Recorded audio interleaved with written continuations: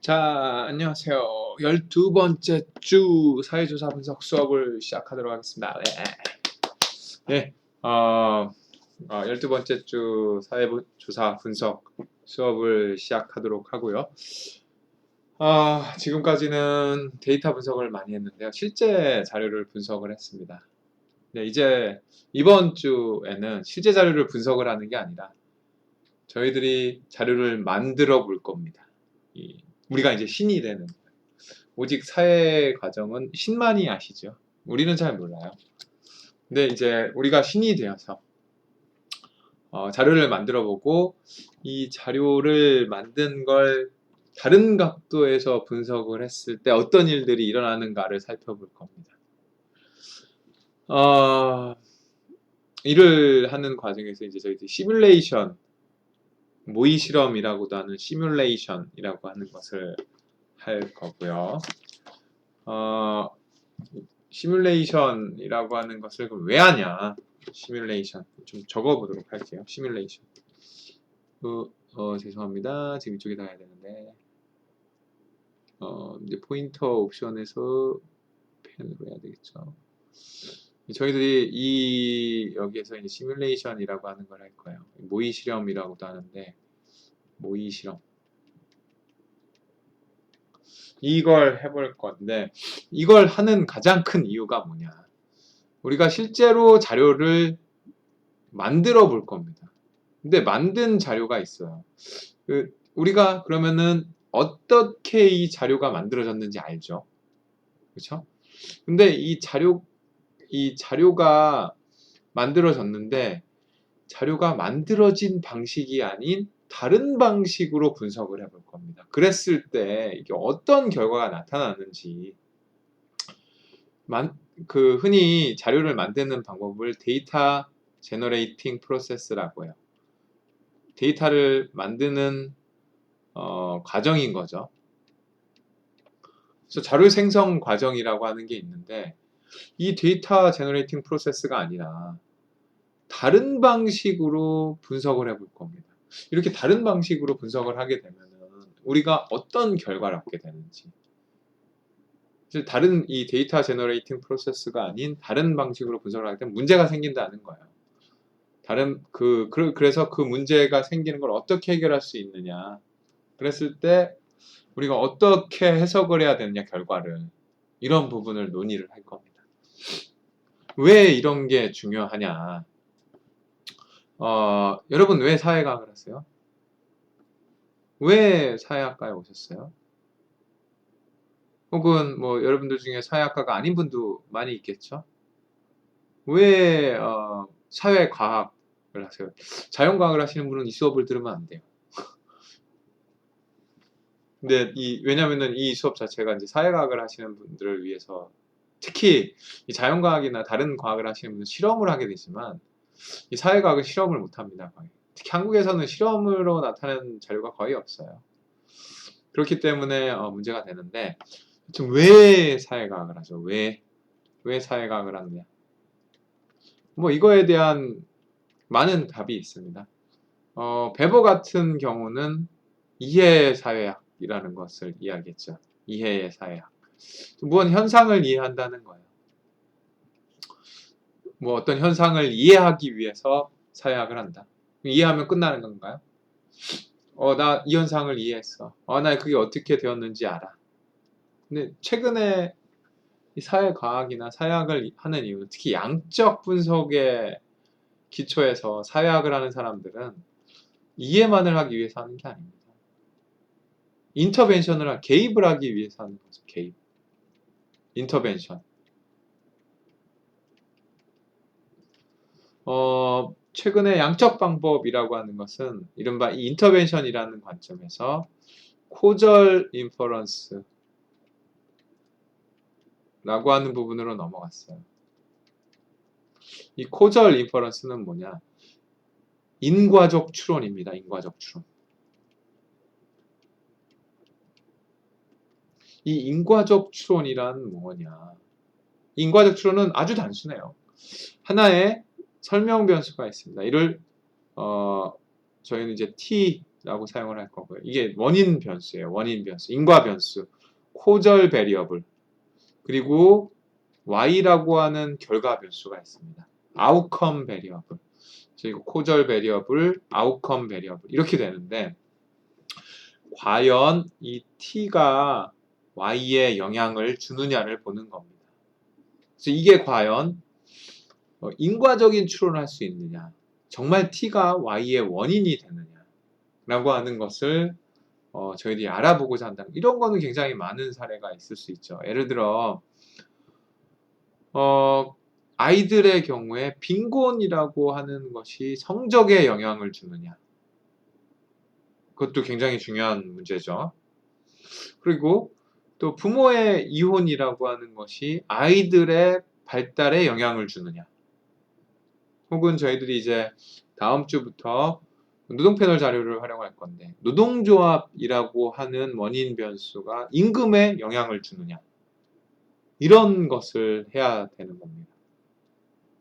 그런데 문제는 뭐냐, 이 t라고 하는 원인 변수가 랜덤하게 생성이 되면은, 다른 그 어떤 변수에도 영향을 받지 않고 이 t라는 변수가 만들어지게 되면은 그냥 이 회귀 분석을 하게 되면 돼요. 자, 여기에 인과적 추론이라고 하는데, 여기서 핵심적인 건 인과입니다. 인과, 원인과 결과, 코젤러티. 저희가 통계를 하면서, 사회 통계를 하면서 계속 인과관계에는 3가지 요건이 필요하다고 했죠. 3가지 요건. 첫 번째 뭐였죠? 네, 원인이 시간적으로 결과에 앞서야 됩니다. 그래서 원인이 결과에 항상 시간적으로 앞서야 돼요. 두 번째는 연관이 있어야 돼요. 2개의 변수 사이에는 연관이 있어야 돼요. 자, 주의하세요. 이건 연관이, association. 세 번째는 제3의 변수에 의한 설명이 안 돼야 됩니다. 제3의 변수. 제3의 변수에 의해서 설명이 되면 안 돼요. 이 3가지를 모두 충족할 때 우리는 원인이라고 이야기할 수 있습니다. 근데 통계는 사실 어떤 게 먼저 오고 어떤 게 나중에 오는지 알려주지 않아요. 절대 시간에 대해서는 알 수 없어요. 이거는 우리가 판단을 해야 되는 겁니다. 시간, 이건 우리가 판단해야 돼요. 통계가 해주는 건 2번째 항목 연관밖에 없어요. 결국은 이 연관밖에 없습니다. 그래서 통계가 해주는 건 이 연관밖에 없기 때문에 어떤 특정한 모형을 사용을 해서 두 변수 사이의 연관을 추정하는 것은 문제가 있을 수밖에 없어요. 왜냐하면 그것은 연관일 뿐이지 이 원인에 관한 게 아니에요. 인과적 추론을 할 수 없어요. 이때 중요한 것 중에 하나는 제3의 변수에 의해서 설명이 안 된다라고 하는 겁니다. 예를 들어 아까 빈곤이라는 것과 아이의 성적이라고 하는 게 있는데, 이 빈곤이 정말 아이의 성적에 영향을 주느냐를 보기 위해서는 부모의 교육이라고 하는 것이 이 2가지를 다 설명을 할 수가 있어요. 생각을 해보세요. 부모의 교육이 높으면 월급이, 소득이 많겠죠? 그럼 빈곤이 낮아질 거예요. 빈곤이 될 확률이 낮아져요. 그리고 교육이 높으면 아이들의 성적도 높아지잖아요. 부모의 교육이 높으면. 그렇기 때문에 이 빈곤이 사실은 성적에 영향을 주지 않을 수도 있는 겁니다. 이 제3의 변수인 교육이라는 것에 의해서 설명이 돼요. 이렇기 때문에 이 제3의 변수를 항상 통제를 해줘야 됩니다. 만약에 이 빈곤이라고 하는 게 랜덤하게 만들어졌다, 그렇다고 한다면 우리는 이 제3의 변수가 이 t에 영향을 줄 수가 없기 때문에 이 교육이라는 변수를 고려할 필요가 없습니다. 그렇기 때문에 실험이라고 하는 것이 과학에서 가장 좋은 방법인 겁니다. 실험이라고 하는 것은 결국 이 원인 변수를 랜덤하게 만드는 거예요. 그렇지만 우리 사회과학에서는 이 관찰 자료를 사용하기 때문에 흔히 옵저베이셔널 스터디를 한다고 합니다. 이 옵저베이셔널 데이터를 가지고 우리가 이런 인과적 추론을 하기 때문에 항상 이 두 가지 시간하고 제3의 변수에 대한 설명에서 걸리게 됩니다. 그래서 어떤 경우에 주의를 해야 되는지 이제 그런 것들을 살펴보게 될 거예요. 실제로 이번 주에는 이제 세 가지 주제가 있는데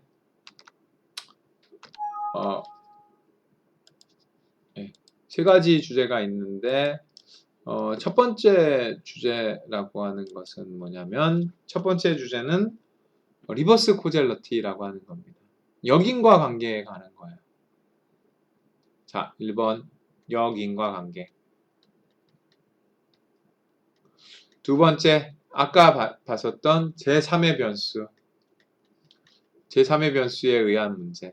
세 번째 매개 변수의 문제가 있습니다. 그래서 뭐 이거 외에도 또 많은 문제가 있지만 이 세 가지 문제를 생각을 해볼 겁니다. 예를 들어 역인과 관계에서 뭘 볼 거냐면은 우리가 t라는 변수를 먼저 만들고 그다음에 y라는 변수를 만들어서 추정을 해요. 근데 사실은 이렇게 되어 있다라고 하는 우리가 가정을 하고 자료를 분석을 하게 됩니다. 실제로 우리가 자료를 만들 때에는 이런 형태로 자료를 만들 겁니다. 그래서 t가 y에 영향을 주는 게 아니라 사실은 y가 t에 영향을 주는 거예요. 그런데 우리가 회귀 분석을 할 때 리그레션을 하는데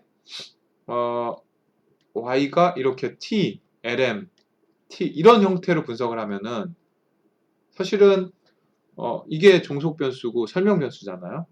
그러면은 이 개수의 값이 0이 돼야 돼요. 그쵸? 왜냐면은 이 데이터 자료는 이 y가 먼저였고 y가 t에 영향을 주는 것처럼 만들었기 때문에. 그런데 분석을 할 때는 거꾸로 분석을 했기 때문에 이 개수가 0이 돼야 돼요. 그렇잖아요? 그런데 실제로 이렇게 분석을 해보면 이 개수가 0이 아니라는 겁니다. 그래서 이런 역인과 관계에 있을 때에도 이 개수의 값이 0이 아니게 나와요. 그럼 이게 역인과 관계가 있는지 없는지 어떻게 아느냐? 그건 통계가 해주는 게 아닙니다. 그런 거는 우리가 사회 이론에 근거해서 파악을 해야 돼요. 그래서 변수를 측정할 때 시간상의 문제가 있는지 없는지를 항상 생각을 해야 되고 어떤 특정한 변수가 우리가 결과 변수라고 놓는 게 사실은 원인 변수보다 앞서는 게 아닌지 항상 그런 질문을 끊임없이 던져야 돼요. 그런 것에 주의해서 이 결과를 해석하지 않으면 항상 잘못된 결론을 내릴 수밖에 없습니다. 그리고 그런 것은 항상 이 사회과학의 문헌을 통해서 다른 사람들이 발견한 것들을 통해서 논의를 하게 되는 거고요. 이제 이런 것들에 대해서 차차 살펴보게 될 겁니다. 자, 이게 이제 이번 주에 하게 될 아웃라인이 되는 거고요. 자, 이번 주에는 다시 한번 말씀드리지만 이 코절 인퍼런스를 할 때 이 인과적 추론을 하고자 할 때 우리가 설정한 모형에 의해서 과연 그런 인과적 추론이 타당한 것인지 그렇지 않은 것인지를 생각해보는 그런 시간을 갖는 겁니다. 자, 그럼 다음 시간부터 이 다음 비디오에서부터 이제 실제 시뮬레이션을 통해서 그런 걸 해보도록 하겠습니다.